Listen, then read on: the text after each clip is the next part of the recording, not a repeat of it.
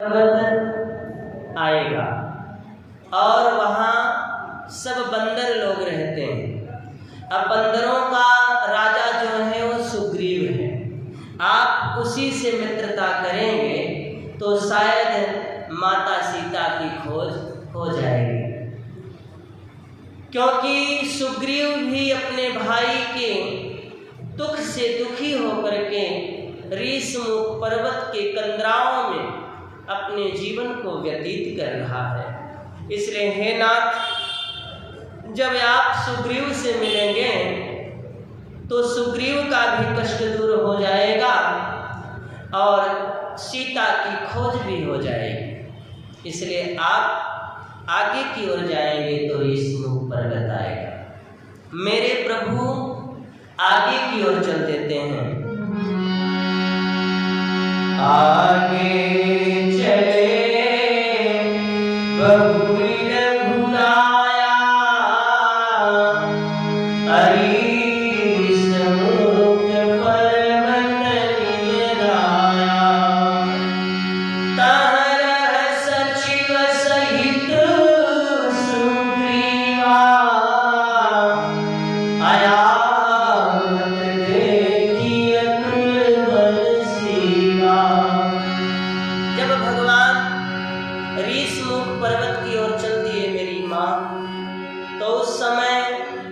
सुग्रीव जी महाराज ऋषमुख पर्वत पर विराजमान थे। भगवान को जब उन्होंने देखा कि धनुष बाण लिए हुए दो राजकुमार हमारे ऋषमुख पर्वत की ओर आ रहे हैं, तो उन्होंने जाकर के हनुमान जी से कहा कि हे हनुमान, अति सभीत कह सुनु अपुरुष जुगल बल रूप निधाना। धरि बटु रूप देखुते जाई, अकहे सुजानि जिय शयन बुझाई। हे हनुमान, आप छोटा सा रूप धारण करके जाओ और जाकर के पता लगाओ ये दो पुरुष जो ऋषमुख पर्वत की ओर आ रहे हैं ये कौन है। कहीं ऐसा तो नहीं है कि हमारे भाई बाली के भेजे हुए दूत हैं जो मेरा वध करने के लिए आ रहे हैं। इसलिए जाकर चतुराई से इनका पता लगाओ ये कौन है। तो हनुमान जी चल देते हैं। पठे वाली होई मन मैला, भागो तुरत तजो यह सैला। विप्ररूप धरि गया, माथ नाई पूछत गया।